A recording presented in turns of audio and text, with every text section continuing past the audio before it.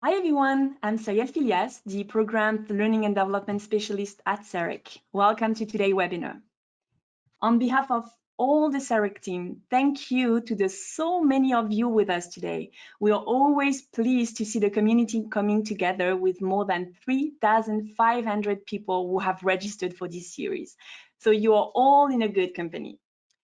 Today, we are delighted to have Tannis Goddard with us, who will talk about options and strategies for transitioning to remote operation and engaging clients, a topic that has taken on critical importance during the current circumstances. But before Tannis gets started, I would like to take a few moments to introduce you to CEREC, for those of you who don't know us yet, and share some housekeeping notes with you. CEREC is a charitable organization that focuses on education and research in career counseling and career development in Canada. We have three main programs: the careerwise.ca website, which features the top news and view in the field, with a French version called orientation.ca, the Canadian Journal of Career Development, which is free to access, and the Connexus National Career Development Conference held in Ottawa each January, and for which we recently launched the call for presenters for Connexus 21. You can learn more about all of the CEREC work and resources at cerec.ca.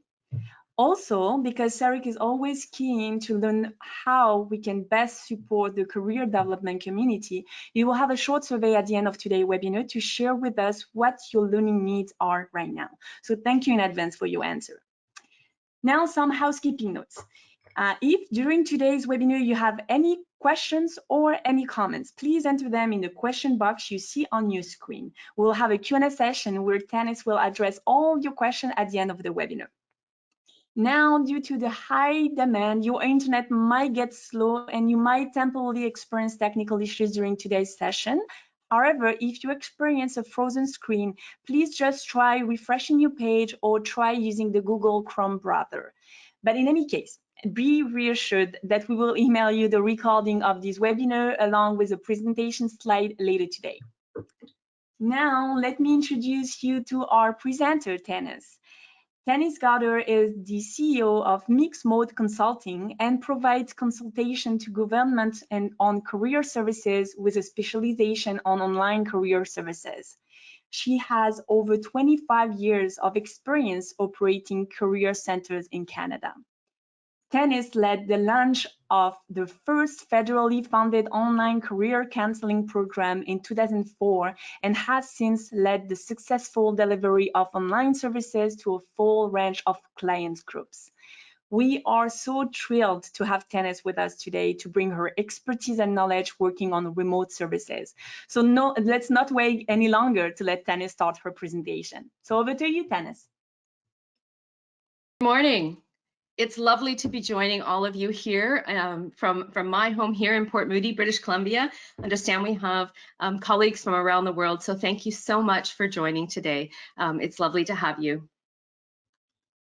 As Cyrielle said, I have been involved in the career development field for over 25 years. I founded and operated a career agency in British Columbia that delivered federal and provincial employment programs. And during that time, I developed a keen interest and fascination in how we could employ educational technologies to extend the reach of our services to clients and to find alternative ways to help people make sense of their career journey. I've gone on to complete my PhD studies looking at this particular topic, and so a lot of what I'll be sharing with you today comes out of our practical experience as well as my research within my PhD, along with other pan-Canadian research studies that I've been involved in. As Cyrielle said, now I spend my time, I no longer operate my career agency. I now spend my time working with other career agencies and governments on the design of career services and how to integrate remote and online practices. So I surely hope today that I'm able to give you a few insights that can help you as we all navigate this uncertain time. I want to acknowledge the tremendous work each of you are doing and our field is doing in this unprecedented moment of COVID-19 as we navigate our own changes in our own families and our own sense of work and identity our field is stepping up to be there for the many people that have needs to navigate back to work. And so it's really important to me that we pause and we acknowledge each other and recognize the unprecedented times that we are in. My friend Dr. Dave Redekop recently quoted something from a London tube strike article, and in it it said, "Individuals seem to under-experiment in normal times." Well, my colleagues, we're in anything but normal times, so this is definitely our time to experiment. I've been reflecting on the fact that in my work, in my history, I've never referred to the work that I did as remote. I often refer to it as online or e-career guidance or distance learning. So I spent some time in prep for this session thinking about what the word remote really means.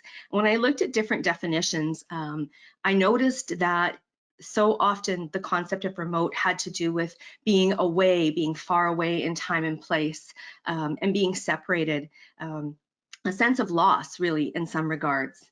And so I want us to think about the fact that as we are navigating the physical distances that we have, it's also an opportunity for us to consider how we bring connection and humanity into the remote practice that we deliver.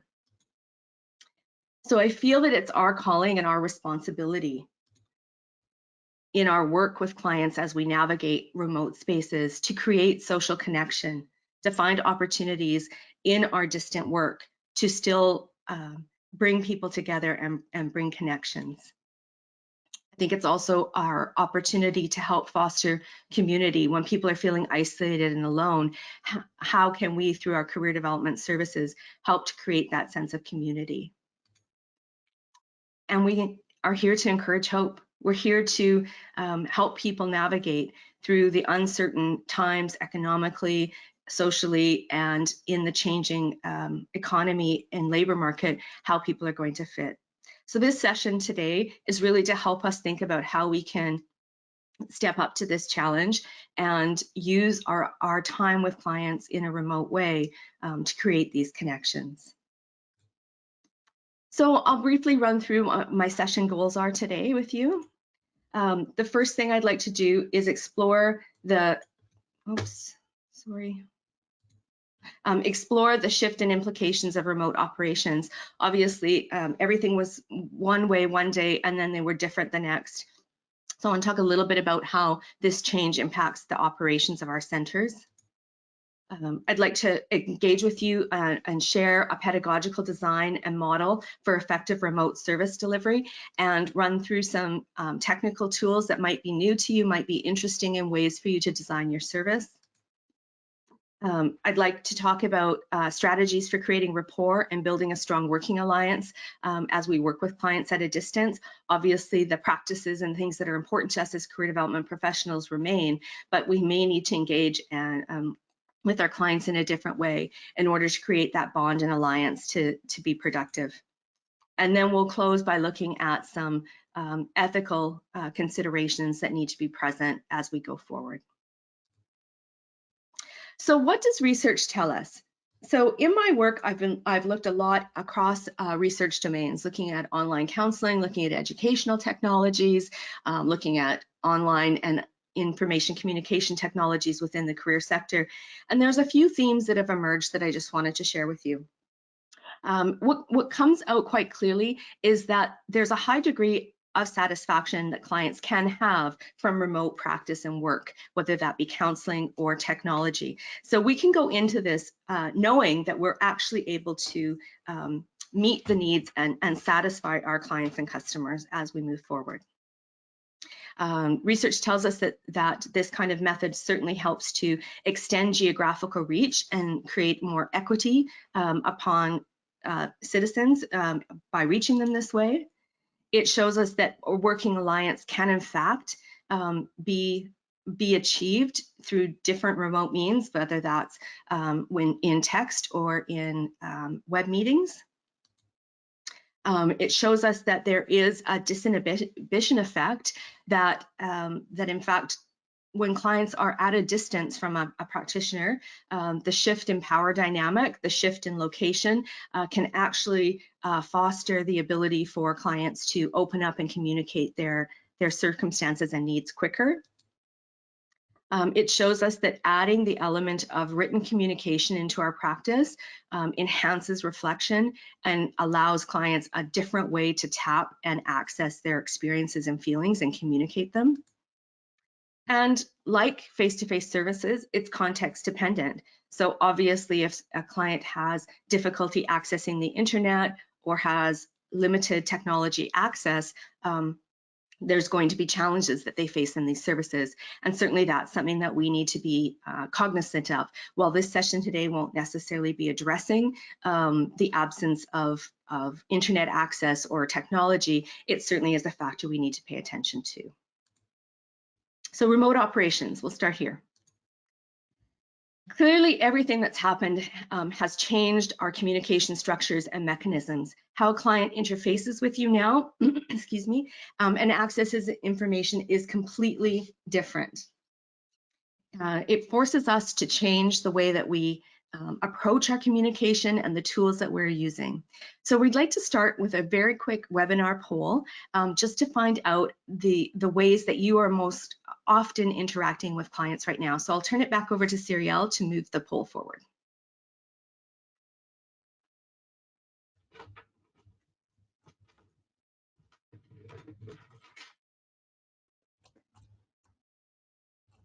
All right, so we got the result, and we got 38% of people answered email, followed by 36% who answered phone, and then 21% said video conferencing, only 3% instant messaging, and only 1% chat. Wonderful, thank you. Thank you all on the line that have taken the time to share that poll. So it shows us that we're gravitating to different technologies and using different approaches. It's completely natural that we should be gravitating to the things that we have access to and familiarity with. And so through this session, I'll be expanding on some of the different mechanisms you can use to communicate with clients and practices that will help you move forward. One of the things that is important as we transition our work into online and remote practices is to recognize that we shouldn't go at this transition with the idea that we can approximate face-to-face services.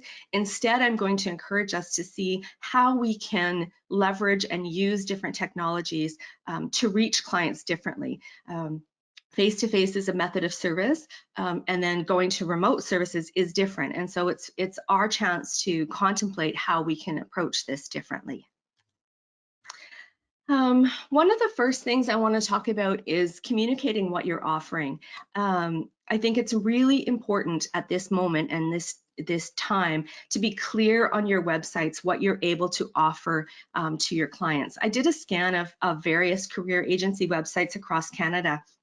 And what I noticed was that a lot of the messages said things like, we're transitioning to virtual services, we're offering all of our services virtually, please call us. And I was imagining the anxiety we feel and thinking about the anxiety our clients feel and how much more valuable it would be if on our websites we articulated more specifically what clients could expect. That we said, we're transitioning services in this way, these are the methods that you can reach us, here's how we're going to serve you. We're going to be using phone communication. We're going to be using email communication. We're going to be using web meetings. This is what you can expect. This is how we'll help you technically. Please don't fear if you don't have access to things. We can help you sort this out. So I encourage you at your first step right now is to revisit the messaging on your website. How can you make it more transparent, more clear for clients so they understand fully what it is that they can expect from virtual? I think if we just say, call us, we'll help you out, that's not going to evoke the engagement that we're seeking from clients. It's going to cause them to retreat because they don't know what to expect. Another option you could think about is to actually put a form onto your website, something that a client could fill out where they could say, this is who I am, this is how you can reach me, these are the needs that I have. It would give clients an immediate way to reach out, and it would also give you the opportunity internally to consider how you could triage the needs for your clients. So that's step one, is I really want you to think about what it is you're offering and how you can make that a little bit clearer for clients on your website. The other thing that we're encountering, obviously, in operations right off the bat is trying to figure out how we're scheduling and creating support systems for clients. So obviously, you're asking questions about how to schedule clients into services. How long should the meetings be? You must be thinking about, how I'm going to have the same length of meeting. What kind of meeting is it going to be? How am I going to structure that? Is it going to be scheduled or drop-in? Could you consider a combination of both? We'll explore that a little bit later in the session. What access to technology you have and your clients have need to drive how you're anticipating the setup of your services.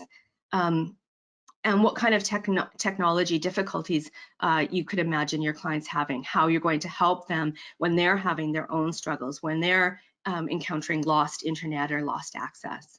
So that's sort of the first level of operations we need to be thinking about. I'm going to give you 3 operational questions that I hope could be productive discussion points around your team and around your table in order to think about how you want to approach the setup of your remote operations. You've probably started to talk about these already, but wanted to give you something concrete that you could use as a guiding exploration. So I think the first question is asking yourself, what you're trying to accomplish in the short term. Should the services that you're creating and operating be introduced in phases? Maybe you need to look at how you're going to approach this over a number of months in time, what your first level of service is, what other things you're going to add. And in terms of the depth of each service, so looking at what can be short or quick services you can provide to clients, and then how you might be creating longer term course-based type of services or extended interactions. I think you're having to think about what is feasible. We have to think about what is the access that your clients have to technology, your staff complement, what funds can you devote to expanding your technology, what do you have for the availability of your staff? Really thinking about what you have and how you're going to ultimately set up your operational systems. And then I think it's really important as you work your way through this, and I saw this in a number of your responses to the registration questions, is how will this impact your long-term continuity and growth? We know that across Canada, we're being informed that we're going to be at physical distancing for a period of time. We're rethinking what that means for education, for social connection. And so recognizing that this is something we may be facing for a long time, how will you use what you're developing for the long term? And then once we've adjusted to remote service, even if and when we return to new normal, and we don't know exactly what that looks like, what will you want to do to keep integrating or to keep integrated some of the solutions that you create during this time period? It's been our experience through working with thousands of clients in this context that once clients had access to the ability to interact with their career practitioner from their home, from their own table, from their own desk, that they actually wanted that to continue. It wasn't that they didn't want to also have some face-to-face, but they really enjoyed the opportunity to have access from their home. And so I think this is an opportunity for our field to rethink, what does guidance look like? What does career service look like? And how can we use the opportunity to create more robust and more extended services as we go forward? So I'd like to move into the conversation about designing remote services. I'm sure from the comments that I saw in the registration spreadsheet that many of you are actively thinking about this, trying to comprehend it. A number of you actually said in your comments, I started by trying to make my services just look like face-to-face using web meetings instead, but I'm wondering if there's different ways I could approach this. So I would like to talk a little bit about some models for designing remote services. So what is design when we say designing services? Well, designing is the act of creating an environment where interaction and learning can occur. So we're used to that familiar environment when we have our offices and we set up our desk and we're really thoughtful about where we ask our clients to sit, or we create our workshop rooms, our resource centers. We're very familiar with thinking about the context and the environment that's important for clients. And we have to apply that same thoughtfulness as we think about designing remote services and asking ourselves how we're going to create a specific environment and what actually is going to happen in that environment that is cohesive and supportive to clients in their development. So I'd like to share a model with you that we developed over many years working in the online space. And this is a very simple pedagogical career learning model that I think is highly applicable at this moment in time.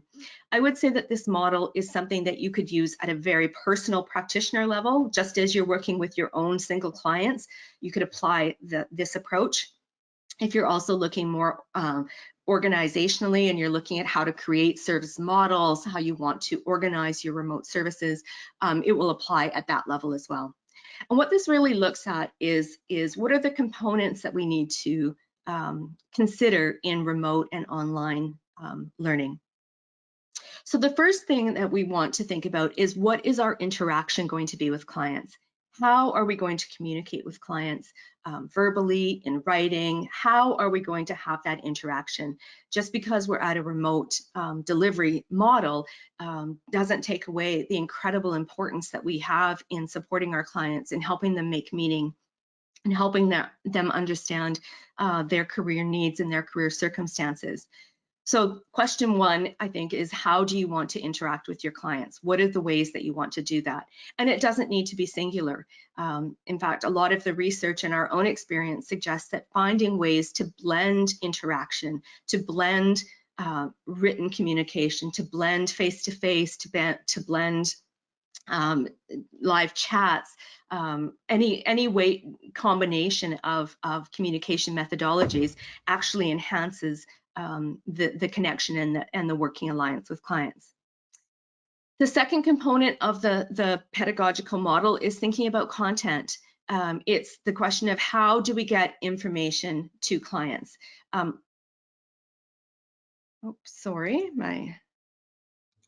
There we go. How do we get information to clients? So very often we are talking about concepts with our clients. We're talking about the importance of values in making our career decision. We're talking about how to create an effective resume. We're talking about interview skills. That all comprises the content. And so the question is, how do you want to get your content to your clients? One of the things that we discovered in our delivery of online career development was that once we could package the content in creative and interesting forms, it actually allowed our practitioners more time to interact with the client and to help them make sense of the content. So the practitioner wasn't spending their time in the classroom delivering the information that clients needed. They spent all of their time actually helping the client interpret and apply that information. So ask yourself how you're getting your content to clients. And then the third component that we discovered is incredibly important, is finding opportunities for personal application. So that's creating worksheets, activities, reflections, things that encourage the client to make meaning on the information. So if we think about a familiar face-to-face context, that might be in a group workshop where we put people into small groups and we have them have a conversation. It's no less important in a remote delivery.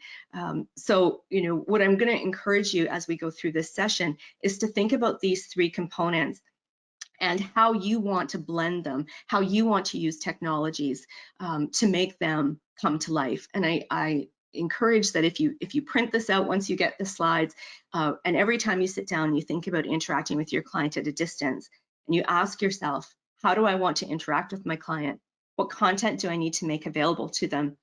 And how am I going to create activities or tools for them to apply that knowledge to make meaning, will give you a strong, solid guidance as you approach your work. So this is really our opportunity to experiment with some purpose. And I think the step one in this experimentation is really understanding your client needs and service goals. Not unlike any other career programming that we develop. When you're sitting down and you're trying to determine how you want to create these remote services, start with asking yourself specifically, what are my client needs and what are the goals I'm trying to achieve?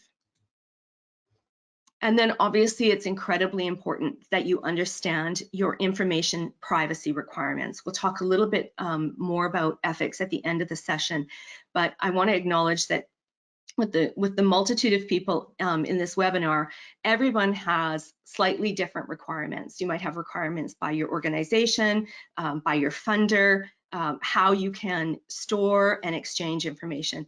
So before you start to create solutions and explore technologies, I think it's really important that you ground and understand what you can and cannot do with regards to the exchange of information. So I'd like to talk a little bit more about some of the different technologies that you might consider within the realm of this pedagogical model. I'm going to be going very quickly through these technologies. You will have a chance to come back and look at these technologies in greater depth, and my organization and my colleagues, Jane Schmidt, Mariana Braga, are pulling together a resource list that we're going to make available for everyone. Technologies that we're going to talk about briefly are things that are relatively easy to use, relatively low cost, and elevate a sense of experience as you might go through developing these components of your service model. So we're going to start by talking about creating a container. So creating the environment within which your learning might happen. It's really important, and the research shows us that clients excel greater in an online and remote environment if they have one spot to go to be able to launch wherever else they might need to go. So you might be using multiple technologies, you might be using a variety of resources, but finding one way to give your clients access is going to be much more effective than sending them an email with a whole bunch of hyperlinks. So I want you to think about how you want to contain your services, what that environment is that you can create. So typically or historically, learning management systems are a way that we can organize. Canvas is one that's relatively accessible, and they actually have a free account for individual practitioners or teachers. You could think about how you might use your Google Suite set of services, Google Classroom as a container for organizing your information. Depending on how you're managing your information in privacy, something you can think about is you could create a container that holds links to all of your information and resources and activities, and still continue all of your communication with a client via email, via phone, via web meetings, so that you can still have a robust suite of delivery, but retain your communication outside of commercial platforms if that's an important requirement. Hyperdocs are something that's really a cool, simple way to create a container. You can find templates online. Essentially, a hyperdoc is really, a Word document where you're able to include information, create opportunity for clients to even reply within that, and you can organize your service and your structure using a hyperdoc. ThingLink is another really interesting technology where you can use an image and create links such as these, that when you would click on them, they'd open up information. So it's really about finding visual ways, different ways to contain your information. Bulb is a really easy to use digital portfolio. Essentially, I made a quick digital website this week in about 15 minutes. So something that even as individual practitioners, you could use this technology to put your resources, put your information, and put your context up for clients. Then I want to talk a little bit about interaction. So some of the things to consider as we're thinking about the different types of interaction you can have with clients. You could have an individual or group experience, or you could have a combination. You could be working with groups together and then having individual connection with your clients. You could have synchronous or asynchronous connection, synchronous being live, happening in the moment, asynchronous being things that happen at distance. So you could be having an email exchange with a client, for example. You could be having combinations of verbal, visual, or written interactions, thinking about whether you want to have scheduled or drop-in interactions. Your interactions might be more focused on progress, check-ins, and action plans, or they might be more learning and development focused. And you might be thinking about integrating employers into your interactions, such as panels and town halls. So there's many ways that you can have interactions with your clients. A couple of quick ways that you can think about interacting is you could have your live video conferences with your clients, which I know many of you are doing. You could be using team collaboration tools that could both support your team, and you could use these team collaboration tools to interact with your clients. Another type of team interaction tool, Flipgrid, is a really interesting video-based discussion board, another different way to have interactions with your clients, to create short videos and messages and post them. And you could create live mind maps with your clients. You could be using your live web technology and open up MindMeister, very easy to use, and be doing brainstorming and creating a live mind map that you could then save with your clients. We're talking about content. You can be thinking about content from a place of it being either created, something that you're generating, such as worksheets you've been using for your classroom delivery. How are you going to make that kind of information available to clients at a distance? You can also be thinking about how to curate content, going through the web, sourcing what you consider to be valuable information and making that available to your clients. Want to make sure that the content that you're sharing with your clients is relevant and tailored. It's much more valuable if you understand what your client need is and you target your content to that specific need, rather than just sending out a ton of links and information to clients. They'll feel overwhelmed and they'll feel probably lost in a sea of information. So I think part of our job is being able to cull through information and get the right and relevant information to our clients. Research shows us that using mixed media, using a combination of text, documents, videos, is really helpful to keep learners engaged. Visual cues, icons, things that help them move through content rather than just a flat Word document. Images are really powerful. And research that we did with CIRIC on hope-based career development showed us that the use of metaphors within content was something that many clients could connect to. So it's really thinking about how you're going to pull your content together.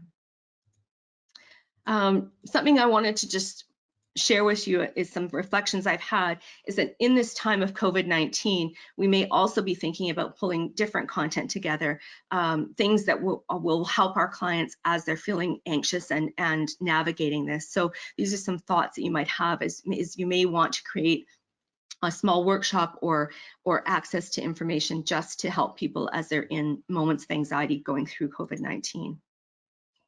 There's many ways you can create content: PowerPoints, you can use Prezis, Padlets, book creators, a number of different tools. I'm clicking through quickly, but you'll be able to come back and take a greater look at these after the workshop and be able to consider how they work for you. And then the last aspect of design that I want to speak more in depth about again is the personal application, helping clients learn and make meaning. And that's including reflecting and writing, worksheets and activities, job search tools, video visualizations. We actually created a video visualization for one of our research projects, and you can find it on our MixtMode website, and it's called Walking the Problem, adapted from Dr. Norm Amundsen's work, and it's a really interesting example to show you how you can use video visualization, role plays, portfolios. And again, a number of different ways that you can use different technology tools to create interactions, and you'll have our applications, and you'll have a chance to go through those a little bit later. So it's important to be able to, as you go through your design, is asking yourself what's working well for you, what's working well for your clients, and what's rising to the top as the most important issues to address. Could be scope of content, the length and frequency of communication, or checking and understanding progress. I'd now like to speak a little bit about remote practice. Some of you were asking a lot of questions about working from home. You can meet my little dog, Luna, there.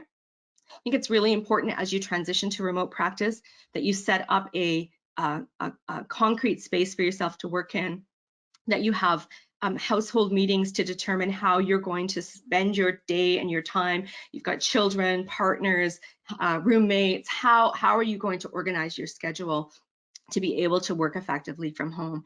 And something else I would encourage you to consider is whether you might be able to consider working at different times, perhaps even working with your clients in the evening.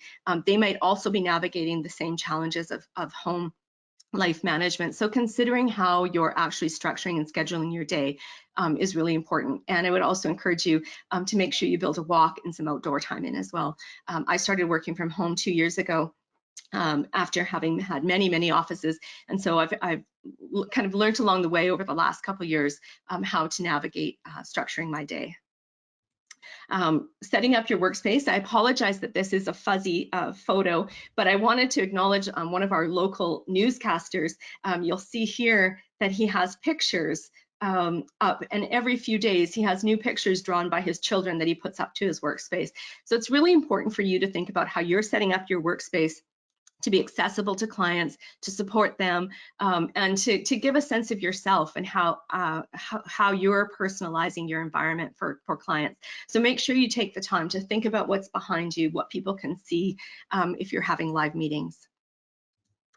So some things that will help you move your client from feeling reluctant to engagement in the process is being clear about what you're offering them, providing them a clear engagement process. How do they make contact? How do you set things up? How do you prepare for the interactions? Ideally, you would like to consider using multiple communication channels, have available live meetings, have available opportunities to connect by email, have different ways that clients connect using the phone.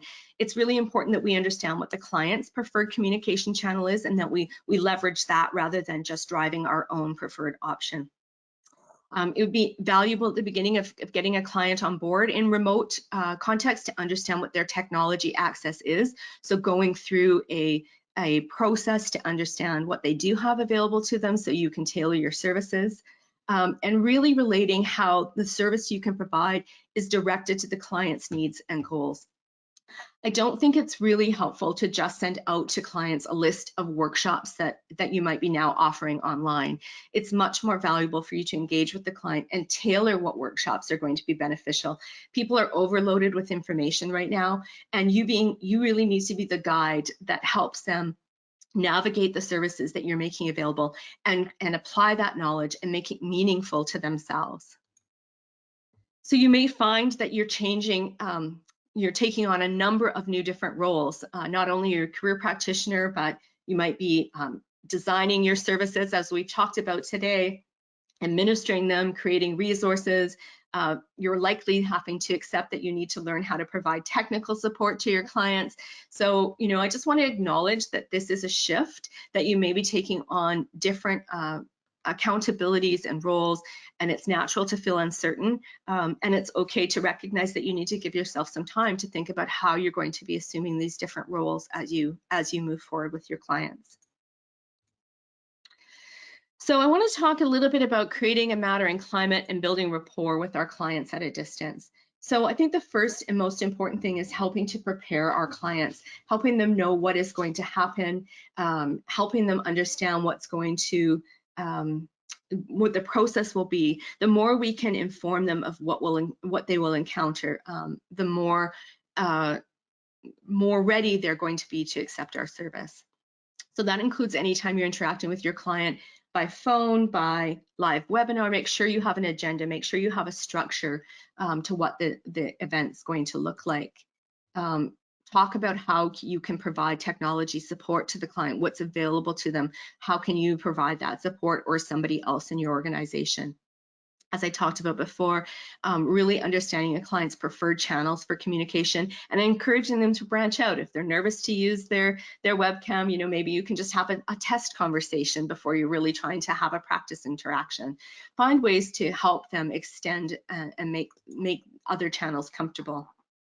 It's really important that you weave and connect throughout all your services, because you may be moving from different mediums, and make sure that you make the experience whole for your client. You know, if you had an email conversation and then you're going on to a live meeting, talk about, you know, what the client shared in their email, bring that forward into the live meeting, have a conversation about it.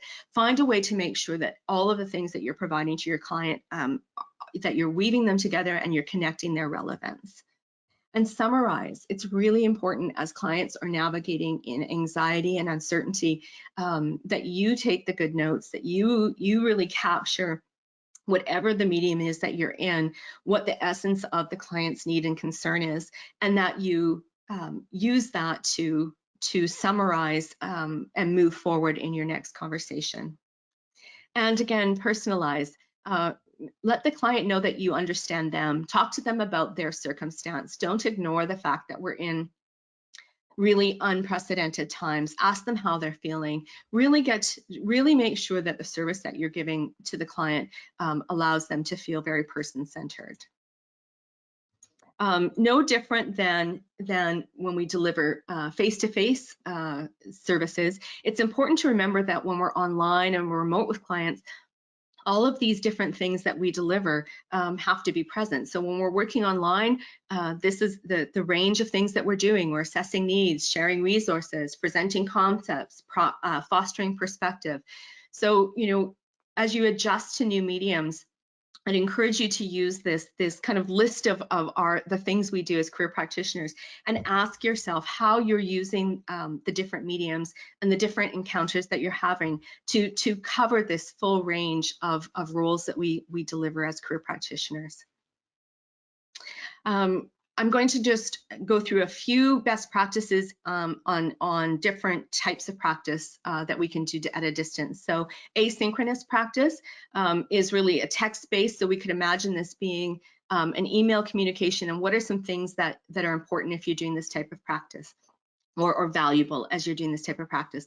Well, it creates a reflection space. So there's a lot of research that shows using asynchronous communication, such as email, allows clients the time to really reflect and think about what they're feeling about something. Often when we're having face-to-face or immediate conversations, clients can feel pressure to have a quick answer and respond. So I encourage you to integrate text-based communication in your remote practice for the benefit it offers clients to think and reflect and respond deeply. It also gives clients the opportunity to drive the time schedule. As we all know, schedules are something very, very different right now in life management. So having some of your remote practice engaging with email and communication really gives the client the power and the benefit to use and work on their career development needs at time engagement moments that are relevant for them. There's a huge power of the written word. It's something that can be stored, reflected on, and come back to. It's a great opportunity for you to quote back to your clients, you know, acknowledge, you know, maybe 2 weeks ago they were feeling one way and now they're feeling better, and you can quote their words back to them, show them their progress. So the power of using the written word is very beneficial. It allows you to co-construct stories with them, and it does give a permanent record. So text-based has a really important role for us to play. We also have live web meetings, and so it's really important when we're thinking about doing the live web meetings that you take time to prepare ahead, that you have your agenda, that you've got a structure, you know what the needs are, you've talked to your clients about how to use the technology, you have a good confidence in how the technology works, you know what the tools are, you know how to use the chat rooms and the whiteboards, so you're really thinking ahead of how you want to structure that. It's important that you put a technical support plan in place for clients, that you are able to support them as they have issues. So talk ahead of time what you're going to do if technology gets lost, if the internet connection drops. Maybe you can have props that you can use in case they lose audio. You can use a little sign and remind them to maybe, you know, check their audio or unmute themselves. So there's different things, but you have to think through how you're going to support the technology. and how you're going to interact. Are you going to have group conversation? Is it going to be one-to-one? Are you going to break out into small groups? Another thing to think about is if you've got questions that you want people to be responding to, can you share them ahead of time? Are they something that you can forward and give people an opportunity to reflect on, so they don't feel on the spot as they are in the live web meeting? People can be quite nervous in that environment. So the more you can do to help support that interaction ahead of time, the better. And then you could be thinking also about using live chat practice. So that could be a chat, like a text-based chat on a phone, or it could also be a kind of customer service chatbot kind of service.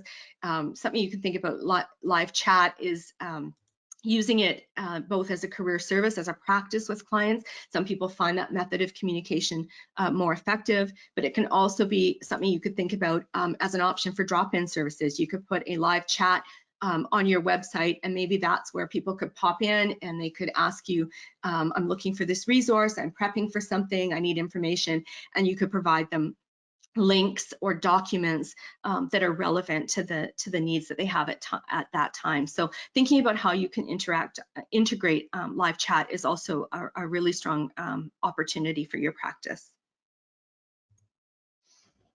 And I'd like to talk a little bit about some ethical considerations.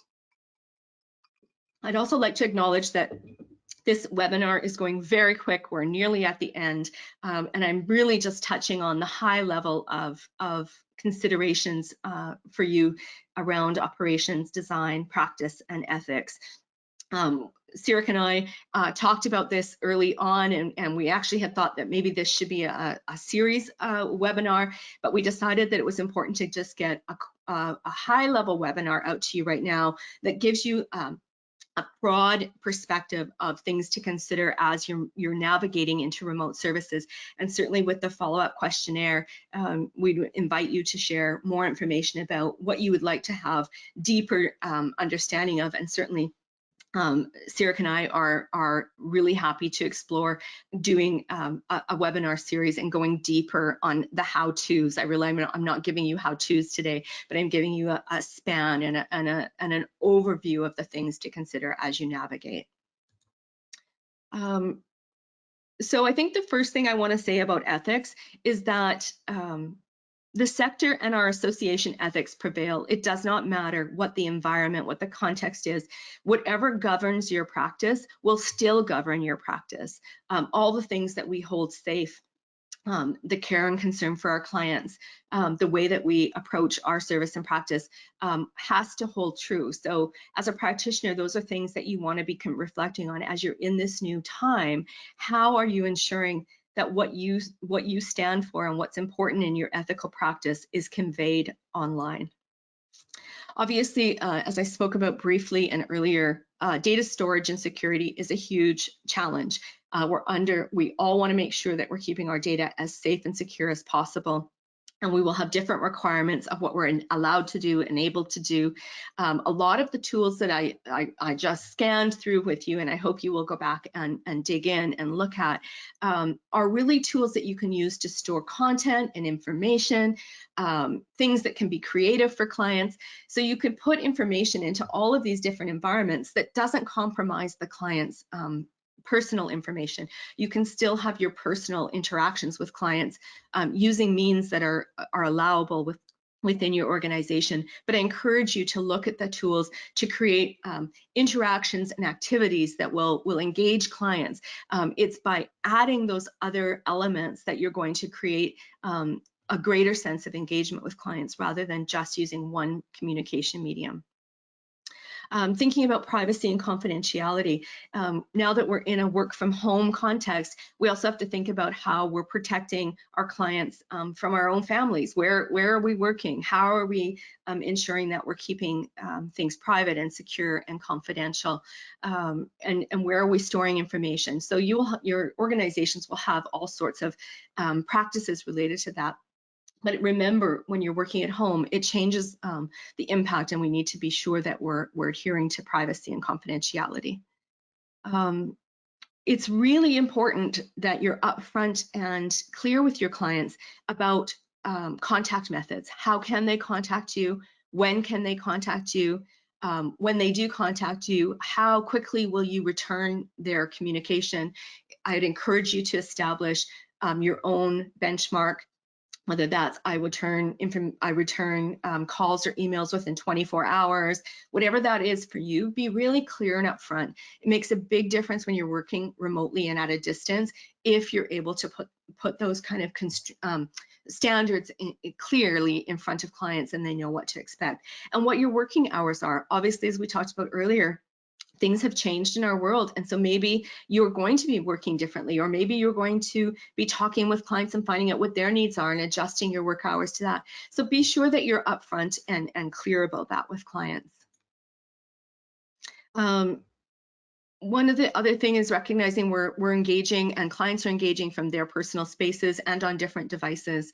So that could have impact. It might be shared computers, it might be shared tablets that they're using with their family. So you may need to encourage clients how they keep their own information secure. Maybe there's things they don't want their family to stumble upon.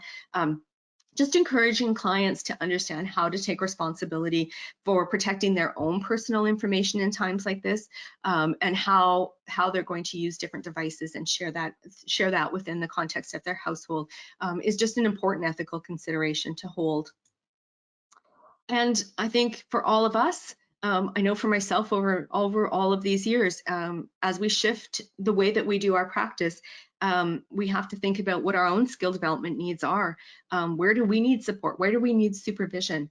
One of the things that is quite remarkable about doing online career development work is that when you are doing text-based work, you have an opportunity to pause in your time and look at what's happening in communication with you and your client. And you might ask for supervision of a colleague and say, you know, can you look over this communication that we've had? I'm struggling. I'm not sure how to help better. Some of the changes when we go to remote work give us a chance to pause and really think about what our work is, how we want to proceed with clients, what our next step is, what our next strategy should be. So I just encourage you, think about what you need to feel confident as a practitioner right now. Seek out that skill building support, and be purposeful and present as you work with your clients. Take the time to pause. Take the time to really ask yourself, what's the next communication strategy I should use? What's the best next way for me to interact with this client? How am I really going to help them move forward from where they're sitting right now? So that's a very quick run through ethical considerations. Please don't consider the brevity of this to reflect or that it does not reflect the importance of it. There are many, many things we're going to be facing and considering as we navigate our remote work, and understanding the ethics of this work is critical. And I will continue to be reflecting on that and sharing it with practitioners as well. So that brings us to the very, very quick end of our hour session together. I hope that you were able to get a few ideas that will help you. I think if I could ground you back to the one thing I would really encourage you is to look at the pedagogy model, to look at that design model, and really reflect on how you want to interact with your clients.